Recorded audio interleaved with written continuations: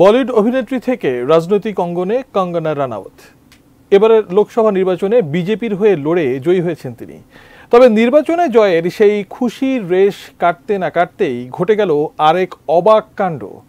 বিমানবন্দরে নিরাপত্তা কর্মীর হাতে চড় খেয়েছেন তিনি, জানিয়ে তৈরি হয়েছে ফের আলোচনা। শুধু কঙ্গনায় নন, আলোচনা হচ্ছে তাকে চড় মারা নারীকে নিয়েও। কঙ্গনাকে চড় মেরে তোলপাড় সৃষ্টি করা কে এই নারী কনস্টেবল, আর কেনই বা তাকে চড় মারলেন তিনি, জানাচ্ছেন এসআই রাজ।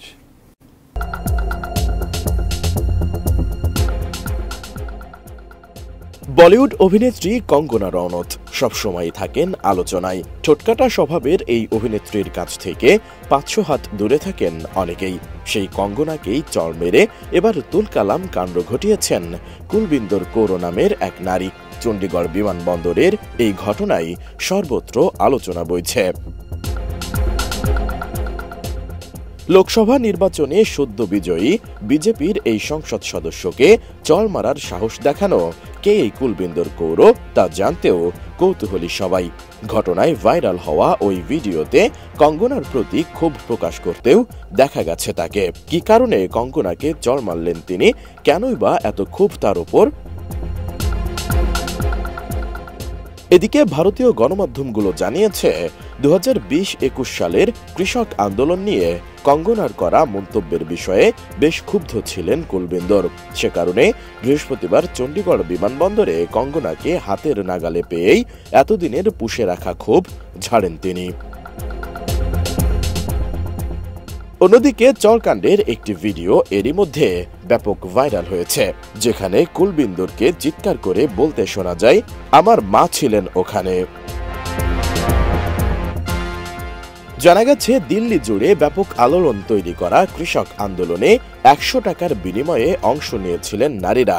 সে সময় এমনই বিতর্কিত মন্তব্য করেছিলেন কঙ্গনা। সেই বক্তব্যের জবাব দিয়ে কুলবিন্দর জানান সেই আন্দোলনে তার মাও ছিলেন। কুলবিন্দর এটিও স্পষ্ট করেন যে কঙ্গনাকে কৃষকদের অসম্মান করার জবাব দিয়েছেন তিনি। চড়কাণ্ডের পরও দুই দলে বিভক্ত নেটিজেনরা। একাংশের মতে আদর্শের পার্থক্য থাকলেও কারো গায়ে হাত তোলা ঠিক নয়। অন্যদিকে আরেক দল বলছে ওই নারী কনস্টেবল ঠিক কাজই করেছেন। 100% কপার কন্ডেন্সারে তৈরি ভিশন ফ্রিজ, তাই গুণে মানে অটুট থাকে বছরের পর বছর। কুলবিন্দর সেন্ট্রাল ইন্ডাস্ট্রিয়াল সিকিউরিটি ফোর্সের একজন নারী কনস্টেবল। এই ঘটনার পর তাকে সাসপেন্ড করা হয়েছে এবং তার বিরুদ্ধে পুলিশে অভিযোগ দায়ের করা হয়েছে। এছাড়া ঘটনার তদন্তের জন্য বিমানবন্দরে নিরাপত্তা প্রদানের দায়িত্বপ্রাপ্তদের নির্দেশ দিয়েছেন আদালত।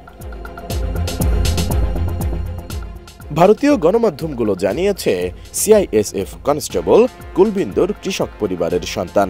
2009 সালে তিনি সিআইএসএফে যোগ দেন। 2021 সাল থেকে চণ্ডীগড় বিমানবন্দরে এভিয়েশন সিকিউরিটি গ্রুপ ফোর্সে রয়েছেন।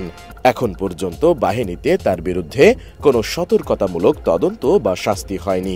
কর্মকর্তারা জানিয়েছেন তার স্বামীও একই বিমানবন্দরে কর্মরত। এদিকে নিজের সোশ্যাল মিডিয়ায় একটি পোস্ট করে কঙ্গনা জানিয়েছেন বর্তমানে তিনি সুরক্ষিত রয়েছেন। এসআই রাজ, এটিএন নিউজ।